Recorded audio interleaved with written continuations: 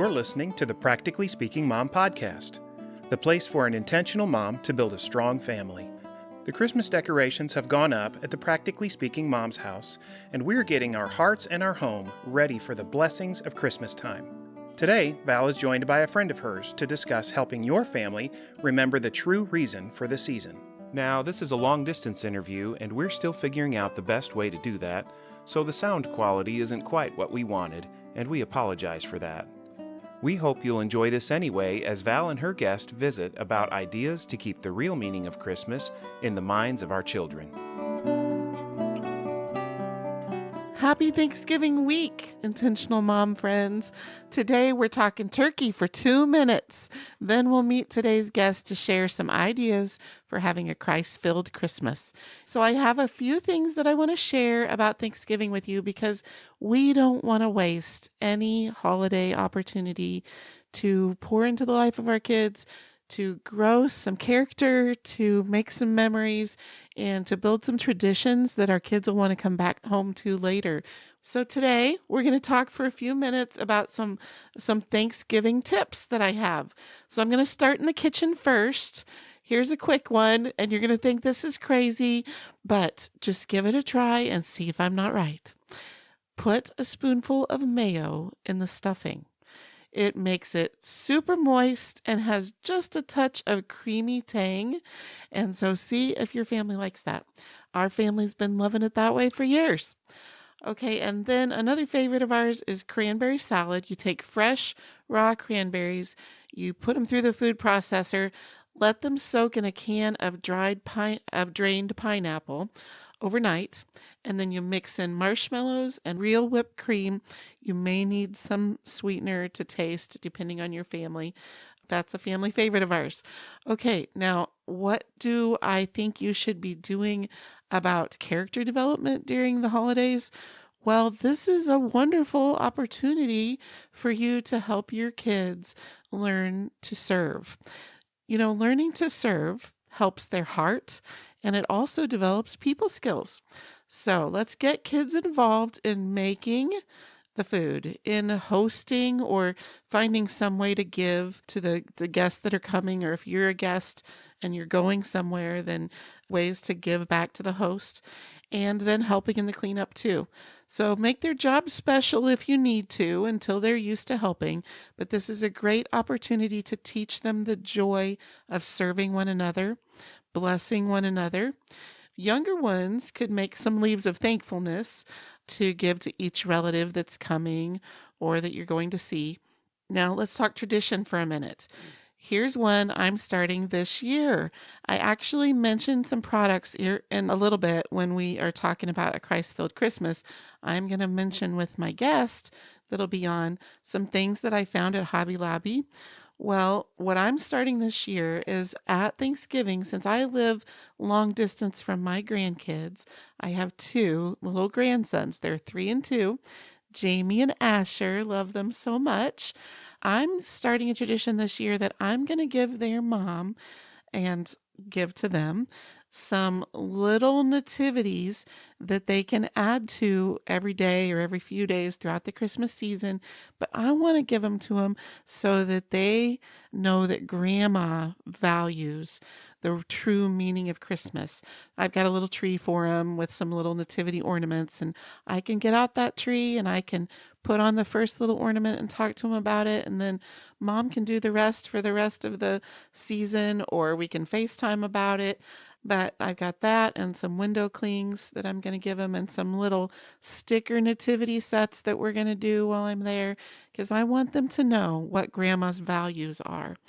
And another thing that you could do tradition-wise with your kids at Thanksgiving, did you know Charlie Brown, he actually has there's a couple of Charlie Brown Thanksgiving movies.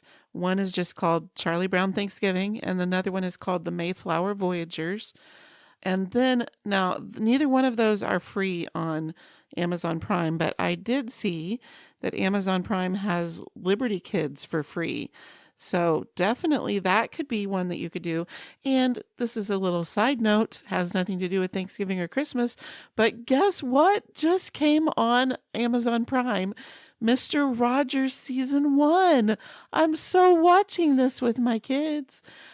Also, for a tradition, you can light the first fire in the fireplace, drink some wassail. Now, that's a family favorite of ours. You just take orange juice, apple juice, cranberry juice, and lemonade is optional, but you can put that into, and then a little bit of cinnamon, and you warm that up. It is so good.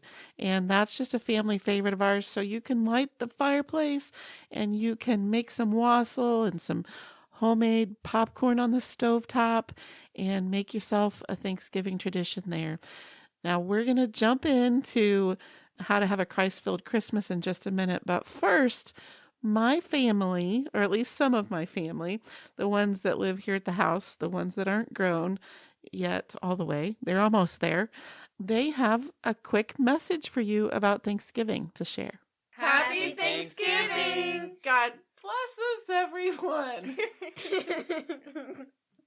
Me, me, me, me, me, me. Me, me, me, me, me. A 1 and a 2 and a 3 and a... Happy Thanksgiving Day to you. That's enough of that, people. Let's move on to our guest. Okay, I'm excited to introduce all of you wonderful intentional moms to a very special intentional mom in my life. This is a good friend, Katie Waalkes, and she has a YouTube channel called Life in the Mundane. And I know I have enjoyed learning lots of great things from her. She has 6 kiddos. And, you know, Katie, I know that you are a busy mama. So you understand how all of these listeners feel who are very busy. And the thought of Christmas coming sounds pretty overwhelming to them. I'm sure that is no different than it is for you. But you are on here today to tell us about how to have a Christ-centered Christmas. And I know that my heart just perks right up when I hear that, because I think that's the desire of all of us moms. We want Christmas to be from the right perspective, but getting us there from our busyness that we have just day to day, it's hard to connect the two. So I'm glad you're on here today to help us get there. Yeah, thank you. Thank you for having me on. I'm excited. Well, I'd love for you to tell us first a little bit about your family. What makes your life busy? Yes. Well, like you said, I have 6 wonderful kiddos, 2 of which have some special needs. So they keep us running from doctor's appointments and all over the place. And we homeschool all 6 of them. I've been married to my husband, Mark, for 11 years now. And yeah, we stay busy with church and obviously, like you said, the YouTube channel, which has been really just a fun ministry opportunity for me to hopefully help make other moms' lives a little bit easier and they can learn from my mistakes. You know, Katie, you are inspiring to me regularly because life is difficult for you with the health challenges that your family faces. I am just regularly inspired by your consistently positive attitude. It's just really awesome. And so I learned from that.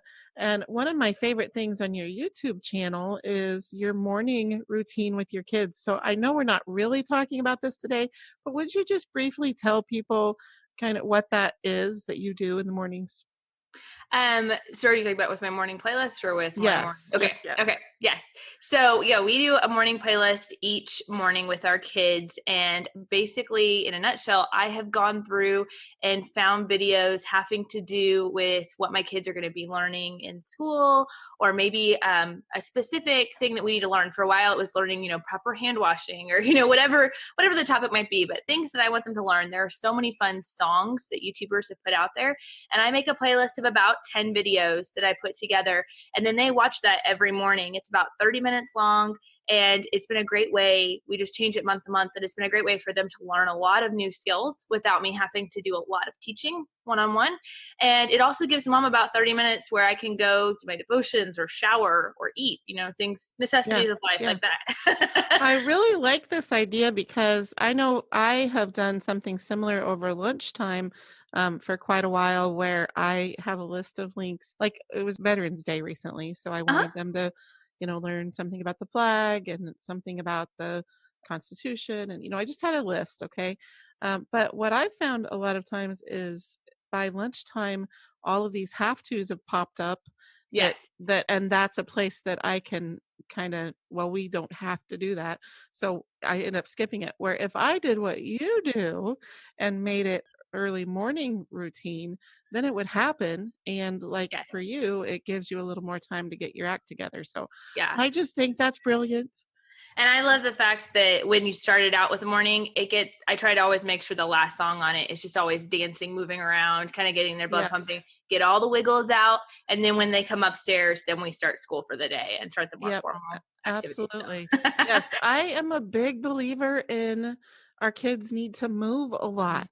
I mean, I actually think that ADHD would not be a major issue for a lot of kids if they were allowed to move regularly. So I know I schedule it, especially in my younger kids' days, but even in my olders, in my high schoolers, it's my recommendation to them that between each subject, they spend some time exercising. It's better all around. It's better emotionally and physically, even mentally, them learning more alertly when they are learning, when they're on their book work, they're more alert at it when they have had a little physical time before that. So yeah, absolutely. anyway, yeah. Okay, well, let's jump into our topic for today, which is a Christ-centered Christmas. I am so excited to have some fresh ideas from you on this. So yeah, let's jump in. Okay, so basically, several years ago, when my kids were still really, really, really little, my husband and I were kind of slapped in the face with the reality that our kids had been totally taken away with the world's view of Christmas, that without having to do any teaching on this or anything, they had become very consumer mentality, during Christmas time, had the gimmies really bad, and just very much lost the focus for the reason for the season. We had always done reading the Christmas story before we opened presents on Christmas morning. We had always attended a Christmas Eve service. We had talked about how Jesus is the reason for the season, but my kids, it was just completely out the window. And so we realized that we had to be a lot more intentional. Like the world is fighting hard to really just push this agenda. And so if we really want to keep Christ the focus of the season, we really just have to infuse every aspect of the season with the truth. Yep. So we realized that we didn't have to throw out all the traditions. We didn't have to start banning things that were fun to do around the holidays, but just looking for opportunities of how can we infuse a little bit more of the truth into what we're doing. I love that. I love that. And I've taken a similar approach that I'm not real big on banning aspects too, because I guess and I totally want every mom to do what they feel, is right for their family. And I'm not pushing them to have my perspective on this, but it does seem like for some kids that they have some resentment later if they were completely not allowed to have the fun that they saw them experiencing. So I just didn't want it to be a stumbling block for them later. And so I never banned Santa at our house. In fact, decoration that is kind of my focal point decoration in our home at Christmas time is this cross, and then Santa, it's a Santa kneeling, and I put a cross by it. And so, it's a Santa kneeling at a baby Jesus is the statue, but then I put a cross behind that. And anyway, so I just wanted them to have the right idea about it. And of course, he's part of history. Right. But I just never had any gifts under the tree that were from Santa. So that's how we did it at our house. But everybody can do what is right, what works right for their family. But I love that you take a balanced approach like that. Yeah. So one of the things that we started with was just like the traditional Christmas wish list. Like not everybody, but a lot of people, will make out their wish list to Santa, or even if you don't do Santa, kids will just make their wish list even without your prompting. They'll just bring it to you, their wish list of this. And, our kids were starting to do that even at a really young age. They were circling the toy catalog and bringing it to us. And we were like, okay, how can we take this what could be a very fun tradition? How can we take this and infuse it with the truth?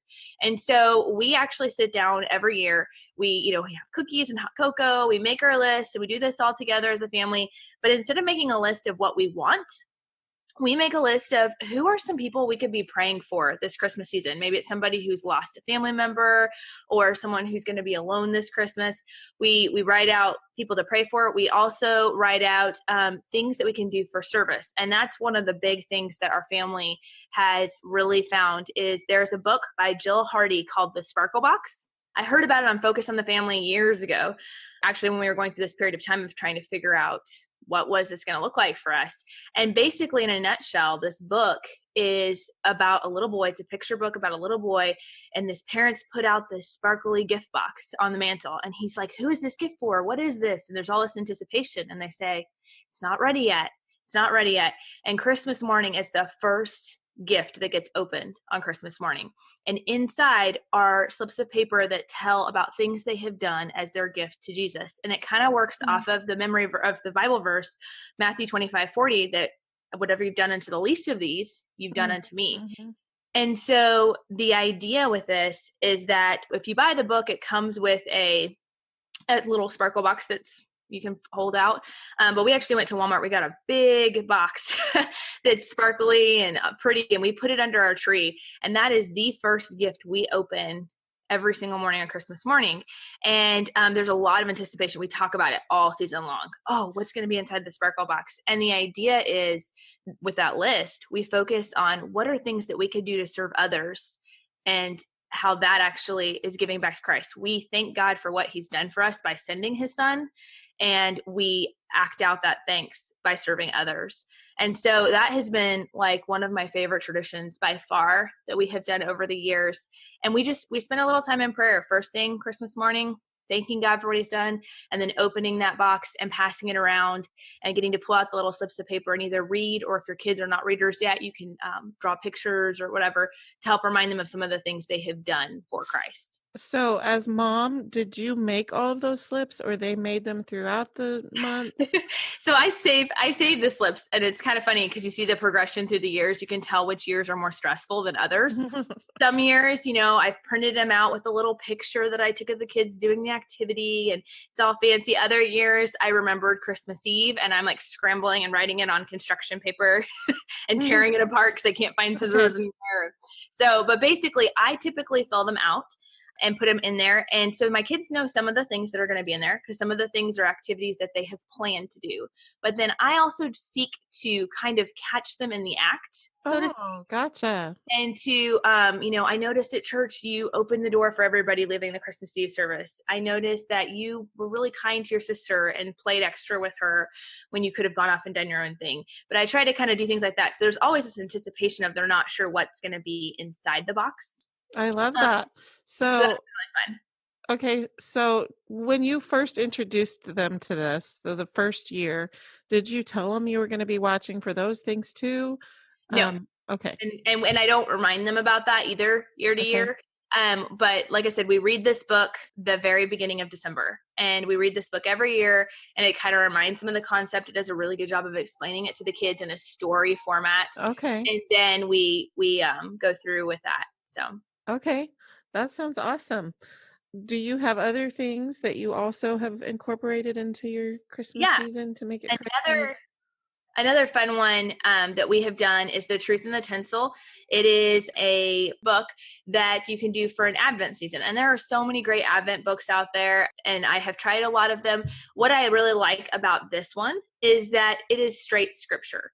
So instead of reading devotionals or interpretations of scripture, you're reading straight scripture. So they have a key word of the day, and they have a little visual Advent calendar card that you can pull out. And, the word might be light. So you're going to read the Bible story. You're going to read the section of passage that they give you, and the kids are going to be listening for that word. And when they hear that key word of the day, they're going to raise their hand, and there's a lot of excitement. And I felt like it actually, by doing this all month long leading up to Christmas, it actually helped my kids to get better listening comprehension to scripture in general, which was awesome. And then they also have a hands-on aspect with it where you can they give you instructions to create your own ornament every single day of leading up to Christmas, or you can opt for what I do, and I have the printable ornaments, and I print it out and they color it because I have kids, and December and I don't have time for that. But I love the fact that they have that hands-on opportunity too. So we hang all those ornaments up, and usually I let them decorate their room with them because they're always dying to have decorations in there. And then throughout the month, we go in and we're like, hey, can you tell us what's happened in the story so far? And they're pointing picture by picture, telling us and retelling the story. And it keeps that daily refresher in your mind. Nice. And a little pro tip is I always recommend starting, it's supposed to start December 1st, but I highly recommend starting like right after Thanksgiving, because you're going to get behind. December's crazy and you're going to have a day you miss it. Okay. And if you do, it's no big deal. But so with that, did the coloring pages come with that? So the coloring ornaments are, I think, an additional cost. I believe the book is like $9, and the coloring ornaments were like an extra $5 if you wanted that. But it's printable, so you can reprint it every year. You don't have to worry about that cost all the time. For me, it was worth the investment for sure. Great. So we'll put the links to both the Sparkle Box and the Truth in the Tinsel on our show notes so that people can click through to that to get those. I'm glad they're downloadable, since when they're listening to this, it'll be a time crunch for them to get started on time. And actually, that one sounds like it would go really well with what we've done for years. And this worked great for all ages. We do an Advent wreath, and so with the candles, the evenings that we can. I was going to say each evening, but let's be real. Let's be real, yeah. Not, very few things in busy moms' lives happen every single day, right? Well, maybe I do brush my teeth every single day, and I do feed the kids every single day. But there's a whole lot of things that I wish was every single day that I can be pleased with multiple times a week. And so that's what Advent ends up being for us. But it's every evening, and we love to invite neighbors over for, we say it'll just be 30 minutes long. We'll have some wassail and cookies, and we'd love for you to join us. The kids will sing you can sing along too, some Christmas carols, and we just light the candles and read one verse. So anyway, what you're saying would actually go along with that really great, especially for younger hands that need to stay busy and things. And one of the things I love about her book is she actually has in the back of it, it's designed to do one each night leading up to Christmas, the 25 days leading up to Christmas. But she is a very realistic mom as well. And she has created a shortened schedule. So she has one if you only want to do it like once a week, or if you do it only a few days. She's got the catch-up guide for you. So no worries if you start late. It's still totally worth getting into. Yeah, awesome.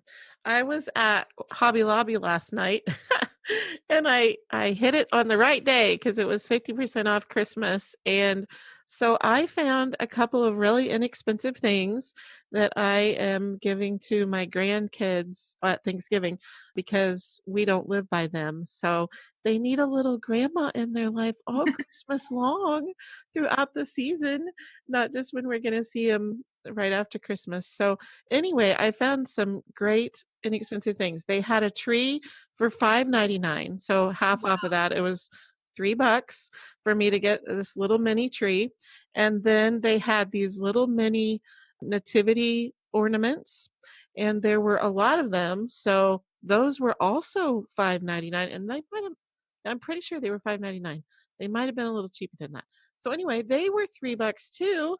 And so I am giving those to my daughter at Thanksgiving so that she can let them do one ornament a day. Oh, that's perfect.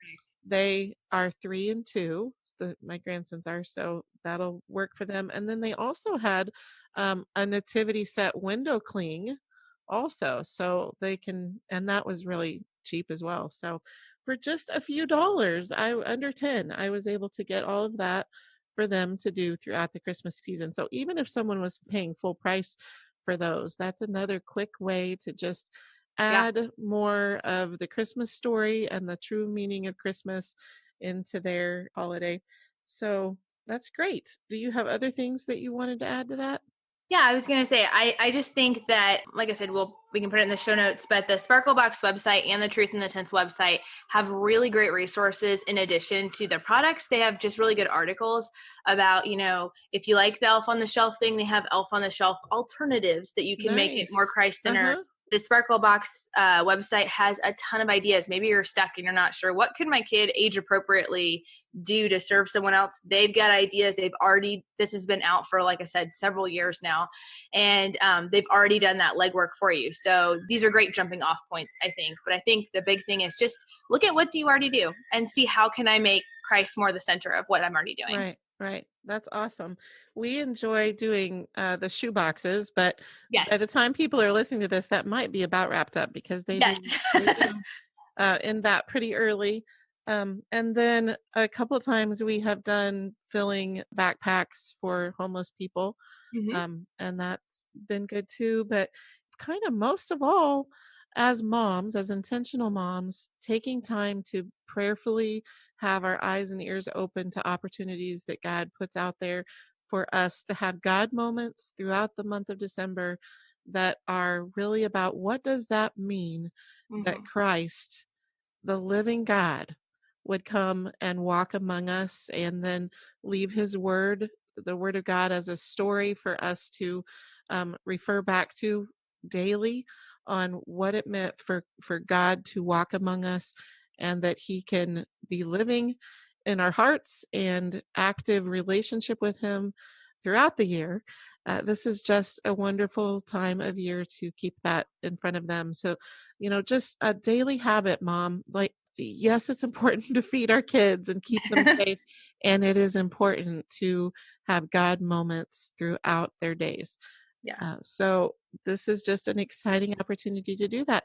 And it's been fun to share this with you, Katie. Thank you. Yeah. Is there anything, I don't want to cut you short if there's anything else you wanted to add. No, I think the only other thing I would say is if you're a mom that's listening to this and going, my life is crazy and so busy, or I've totally failed and I'm not doing any of this, I would encourage you to say it's okay. And this is 1 year out of many, many years you will have with your children. And to just be encouraged that your kids will feed off of your attitude and your energy. So maybe you don't know how exactly you can fit in some of these ideas with your kids this year. But if you are focused on all the to-do lists and all of, stressed out to the max and constantly worrying about more of the traditional things that we worry about, and your heart is not focused on Christ, your kids are going to pick up on that. So I would say don't feel guilt about not doing activities or to-do list things. And instead, just if we center our hearts on the truth, our kids are going to read and pick up on that. And that is good enough. Yes. Okay. Well, Katie, thank you so much. And again, she is from Life in the Mundane on YouTube. I hope that you will go there and get as much inspiration and encouragement as I do. I am sure thankful to be your friend, Katie, and for us to just encourage one another regularly. Yes. Thanks so much. Okay. Awesome. That's Life in the Mundane on YouTube. Thanks, Katie. I hope you enjoyed today's episode of the Practically Speaking Mom, the podcast for an intentional mom to build a strong family. You can find lots more from me, my blog, books, the 6 Rooms of the Intentional Mom's Home at my website, practicallyspeakingmom.com. If you found this podcast to be helpful, I would be so honored if you would share it with other people, subscribe to the podcast, follow my blog, and join in the Practically Speaking Moms online community through Instagram and Facebook. And we also have a wonderful private Facebook group, a place where I get to interact with you more personally, where you can share your ideas, you can give your feedback about the podcast, you can ask me personal questions about it, and we can just interact on all different kinds of levels. There's so many wonderful intentional moms in this group, and I would love for you to be one of them. The name of that private Facebook group is Intentional Mom Strong Family. So I hope you'll join that today and let me get to know you. If you think other moms would benefit from this podcast, would you please take a few minutes to leave a review on iTunes so that iTunes will recommend this podcast to moms when they search? I'm looking forward to spending time with you again next week, right here on the Practically Speaking Mom podcast, the place for an intentional mom to build a strong family. See you soon.